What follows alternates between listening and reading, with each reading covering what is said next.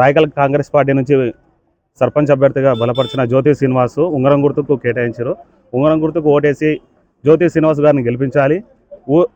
రాయకల్ గ్రామంలో కొన్ని సమస్యలు ఉన్నాయి. విద్యుత్ సమస్య కానీ, రోడ్ల సమస్య కానీ, వాటర్ సమస్య కానీ, యువకులకు స్పోర్ట్స్ సమస్య అంటే గ్రౌండ్ లేక కానీ, అది కానీ ఉద్యోగాల పరంగా కానీ ఏవి కానీ మా సీనానకు ఇందులో మొత్తం ఎమ్మెల్యేను పక్కన ఉంటాడు. డైలీ ఏ సాయం కావాలన్నా గ్రామ అభివృద్ధి కోసం శంకరన్న ఏట తోడ్పాటు చేస్తానని చెప్పాడు. 10 ఏళ్ల పాలన ఏట ఇక్కడ రాయకల్ గ్రామంలో కాంగ్రెస్ జెండా ఎగిరింది. కాకపోతే మనకు 10 ఏళ్ల బీఆర్ఎస్ పాలన ఉన్నది. అక్కడ నుంచి మనకు ఊరు డెవలప్మెంట్కి అనేది ఎలాంటి ఫండ్స్ అనేది చేయలేదు. ఇప్పుడు మన ఎమ్మెల్యే ఉన్నాడు, మన ముఖ్యమంత్రి ఉన్నాడు.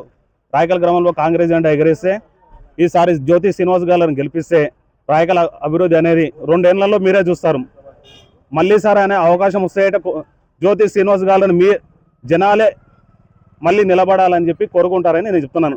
అభివృద్ధి అనేది చేసి చూపిస్తాం. ఇంటింటికి ప్రచారం వెళ్తారు, ఎట్లా ఉంది? ఇంటింటికి ప్రచారానికి వెళ్తే అందరి స్పందన బెటరే ఉంది. ఎందుకంటే ఒక కాంగ్రెస్ గవర్నమెంట్ అనేది లేడీస్కి 46% బీసీ రిజర్వేషన్ ఇచ్చారు.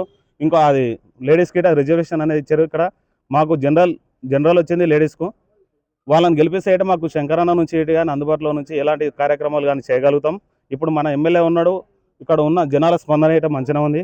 నేను 7వ వార్డు నుంచి మెంబర్గా పోటీ చేస్తున్నాను. నా గుర్తు వచ్చేసి స్టూల్ గుర్తుకి ఓటేసి ఉంగరం గుర్తుకు ఓటేసి గెలిపించాలని గ్రామ ప్రజలను కోరుతున్నాను.